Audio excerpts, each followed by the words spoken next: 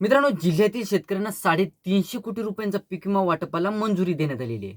आता गेल्या वर्षीच्या खरीप हंगामामध्ये जवळपास बऱ्याच जिल्ह्यात शेती पिकांचं मोठ्या प्रमाणात नुकसान झालेलं होतं. शेती पिकांचं म्हणजे सोयाबीन असो, मूग उडीद असो की कापूस, तूर, मूग असो. तर या पिकांचं नुकसान होऊ नये काही जिल्ह्यातील पीक विमा कंपन्यांनी हे जे पीक विमा अर्ज हे फेटाळलेले होते. तर मित्रांनो, बऱ्याच ठिकाणी हे अर्ज फेटाळल्याच्या नंतर अप्रूव्हल देखील करण्यात आलेले होते. परंतु आता या जिल्ह्यातील शेतकऱ्यांना 350 कोटी रुपयांचा पीक विमा वाटपाला मंजुरी देण्यात आलेली आहे. त्याविषयीची सविस्तर माहिती आपण 2 ते 3 मिनिटात कव्हर करण्याचा प्रयत्न करणार आहोत. तत्पूर्वी जर चॅनलवर नवीन असेल तर चॅनलला सबस्क्राईब करा आणि समोरील जे बेल आयकॉन बटन आहे ते दाबायला विसरू नका.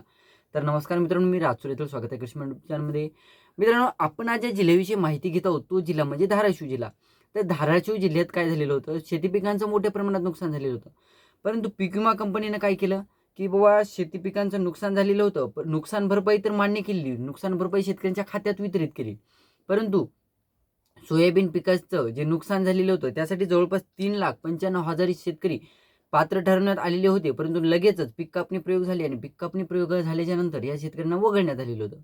मग या शेतकऱ्यांनी म्हणा किंवा लोकप्रतिनिधींच्या माध्यमातून म्हणा, की कोर्टापर्यंत ही गोष्ट गेली आणि कोर्टाकडून जी ICICI लोंबर्ड ही जी कंपनी आहे, या कंपनीला बऱ्याच प्रमाणात कोर्टातर्फे ताशेरे ओढण्यात आले आणि हे ताशेरे ओढल्याच्या नंतर पीक विमा कंपनीला पुढील 7 दिवसात म्हणजे या हप्त्यात तरी नाही, पुढील आठवड्यामध्ये हे पीक विम्याची जी रक्कम आहे, सोयाबीन पिकाचा जे पीक विमा आहे, तो शेतकऱ्यांच्या खात्यात 7 दिवसाच्या आत जमा करण्याचे आदेश देण्यात आलेले आहेत. आता कितीही मोठे आदेश दिले, कोर्ट असो किंवा मंत्री असो, आदेश देण्यात आले किंवा काही करण्यात आलं, तरी 7 दिवसाच्या आत ही तर गोष्ट पॉसिबल नाही. आपल्याला देखील माहीत झालेलं आहे आता सरकारचं.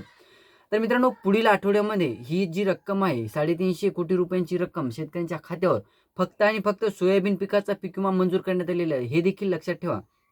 तुम्हाला वाटेल आमचं दुसरं देखील पीक आहे, तर आम्हाला त्या पिकाचा सुद्धा पीक विमा वितरित होईल. परंतु नाही. सध्या कोर्टाने देखील आदेश दिलेले आहेत. ते म्हणजे सोयाबीन पिकाचे जे 3 लाख जे शेतकरी आहेत, त्या शेतकऱ्यांच्या खात्यावर ही रक्कम वितरित करण्याचा आता हे प्रोसिजर सुरू होणार आहे. आणि नुकसान भरपाई जरी वाटप झालेली असली तरी सुद्धा आता हे 350 कोटी रुपयांचा जे पीक विमा आहे, तो शेतकऱ्यांचा सोयाबीन पिकाचा जरी वाटप होणार असला तरी सुद्धा शेतकऱ्यांना वाटेल की चांगल्या प्रकारच्या रकमा दिसून येतील.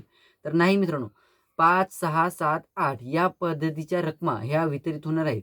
काही जिल्ह्यात काही मंडळातील शेतकऱ्यांना 5,000, काही मंडळातील शेतकऱ्यांना 8,000, 7,000 या पद्धतीच्या रकमा या तुमच्या खात्यावर वितरित होणार आहेत.